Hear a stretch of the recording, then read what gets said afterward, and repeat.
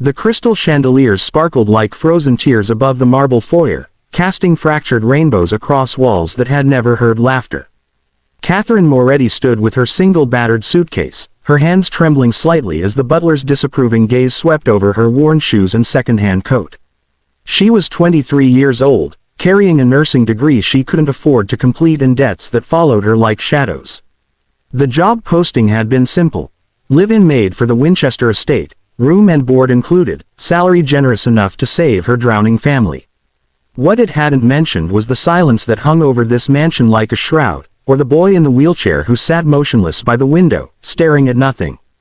"The master will see you now," the butler intoned, and Catherine followed him through corridors that smelled of expensive emptiness and old grief. James Winchester III sat behind a desk that probably cost more than Catherine's childhood home. At 42, he still carried the sharp-featured handsomeness of old money, but his eyes were hollows, and his shoulders curved inward as though protecting a wound that never healed. He barely looked up when she entered. "You understand the position?" he asked, his voice flat. "General household duties. My son requires no special attention. We have nurses for that. You'll clean, cook when the chef is off, and maintain discretion about our family affairs." "Can you do that?" Catherine hesitated. In that pause, she heard something that made her stomach clench, a crash from somewhere above, followed by shouting, then nothing. James Winchester didn't even flinch. "Your son," she began carefully, the posting mentioned. "My son is not your concern." The words came out like a blade. "He has every medical professional money can buy. What he doesn't need is another person trying to fix what can't be fixed. Do we understand each other?" Catherine should have agreed. She needed this job desperately. Her mother's medical bills were crushing them. Her younger sister's college fund had been raided to pay for treatments that hadn't worked. This salary could save them all. But she'd spent 3 years in nursing school before the money ran out, and she'd learned to hear what people didn't say. In James Winchester's rigid control, she heard terror. In his dismissal of his son, she heard unbearable guilt. "I understand," she said quietly, which wasn't quite a lie. She met Ethan Winchester on her 3rd day. She'd been cleaning the library when she heard the soft whir of an electric wheelchair. He appeared in the doorway like a ghost, 12 years old, with his father's dark hair and his mother's gray eyes, which Catherine knew only from the portraits that lined the stairs. Margaret Winchester had died 4 years ago. Everyone in town knew the story, whispered it in grocery stores and coffee shops with that particular tone reserved for tragedies involving the wealthy. The accident had killed Margaret instantly. Ethan had survived, but the spinal injury left him paralyzed from the waist down. "That's what the doctors said. That's what everyone believed. You're new," Ethan said. His voice was soft, carefully neutral, the voice of someone who'd learned not to hope for anything. "I'm Catherine. Cat, if you prefer. They usually don't last long. The new people." He said it without accusation, just stating a fact. "My dad fires them, or they quit. Last one made it 6 weeks. Catherine sat down on the arm of a leather chair, making herself level with his gaze. Up close, she could see the tightness around his eyes, the way his hands gripped the wheelchair arms even when sitting still. "Why do they leave?" Ethan shrugged, a gesture that seemed to carry the weight of years. "Dad doesn't want anyone bothering me. The nurses aren't allowed to talk to me except about medical stuff. The tutors teach from a script. Everyone acts like I'm made of glass." He paused. "Or like I'm already gone." The words hit Catherine like a physical blow. She'd seen it in nursing school, patients who received every medical intervention but no human connection, who were treated as collections of symptoms rather than people. It was efficient. It was also a kind of death.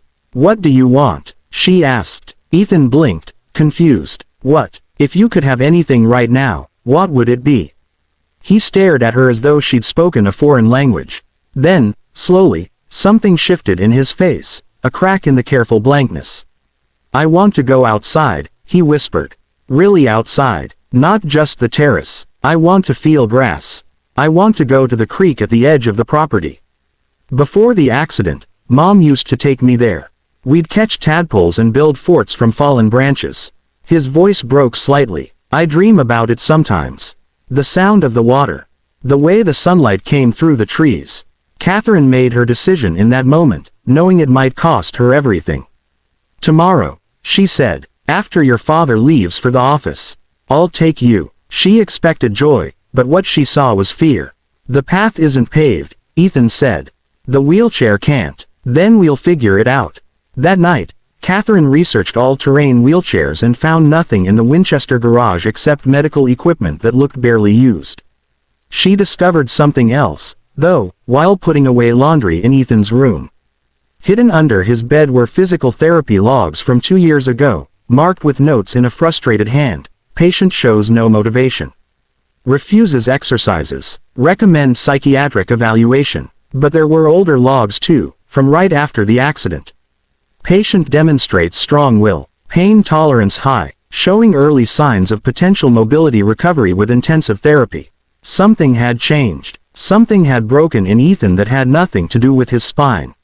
She found James Winchester in his study at midnight, working through papers with the mechanical determination of a man avoiding sleep.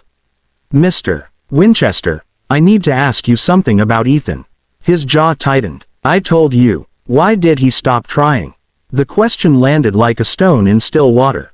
James's face went white, then red, then carefully blank. "That's not your business. He told me he wants to go to the creek. The place he used to go with his mother." James stood abruptly, knocking papers to the floor. Don't you dare bring her into this." Catherine held her ground, even as her heart hammered. "Mr. Winchester, I read his physical therapy logs. 2 years ago he just stopped. The doctors said he lost motivation, but that's not it, is it?" Something happened. The silence stretched so long she thought he might fire her on the spot.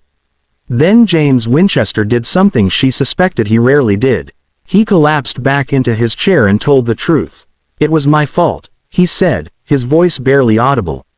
"The accident. We were arguing, Margaret and I. Something stupid about my work hours, about missing Ethan's soccer game. I was driving. I was angry. I didn't see the truck run the light until too late." He pressed his hands over his face. "She died instantly. Ethan, when he woke up in the hospital and realized he couldn't walk, the first thing he asked was whether it was his fault. Whether he'd distracted me. And what did you tell him?" "I told him," James's voice cracked. "I told him the truth. That it was my fault. That I'd been arguing with his mother. That my anger killed her and took his legs." Catherine felt tears burning her eyes, and he heard that he was part of the argument. That his existence, his needs, were the reason for the fight. "I was trying to take the blame. You gave it to both of you. And then you built this fortress where nobody's allowed to feel anything or want anything or try for anything because trying means risking more loss." She stepped closer. "Mr. Winchester, your son hasn't given up on walking. He's given up on deserving to walk." The words hung in the air like an accusation and an absolution at once. "I don't know how to fix this," James whispered. "Neither do I," Catherine admitted. "But tomorrow, I'm taking him to the creek. And you should come with us." The next morning, Catherine found Ethan already awake, staring out his window at the grounds he hadn't crossed in 4 years. "Did you ask my dad?" he said. "I told him. There's a difference." James appeared in the doorway behind her, dressed not in his usual business suit but in jeans and a shirt Catherine suspected he hadn't worn in years. Ethan's eyes went wide. "Dad, I'm coming with you," James said. "If you'll have me." What followed wasn't graceful or easy. James carried Ethan down the front steps while Catherine brought the wheelchair. At the edge of the lawn where the manicured grass gave way to wild ground, they all stopped. "The chair won't make it through that terrain," Ethan said, and Catherine heard the resignation in his voice, the expectation of disappointment he'd learned to preemptively accept. "Then we adapt," Catherine said. She'd brought blankets, padding, and a garden cart she'd found in the greenhouse. Together, she and James created a makeshift transport, cushioned and stable.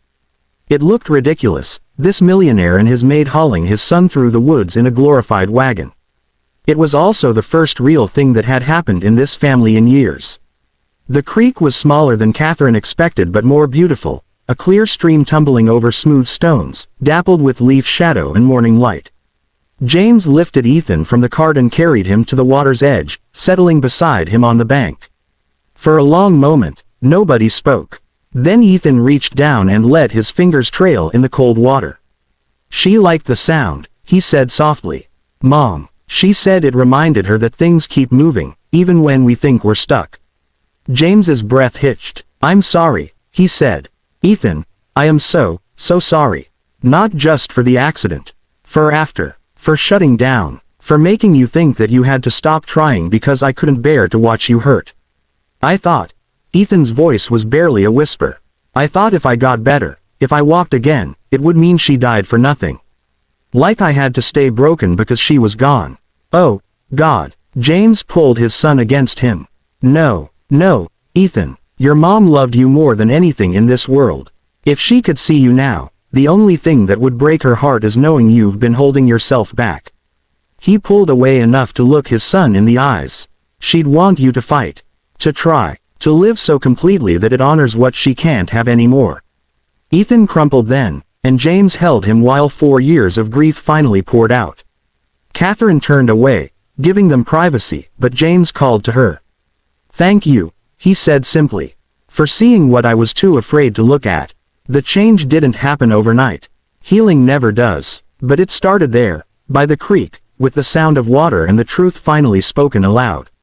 James found Ethan's old physical therapy team and fired them, bringing in new specialists who treated his son as a whole person rather than a broken body.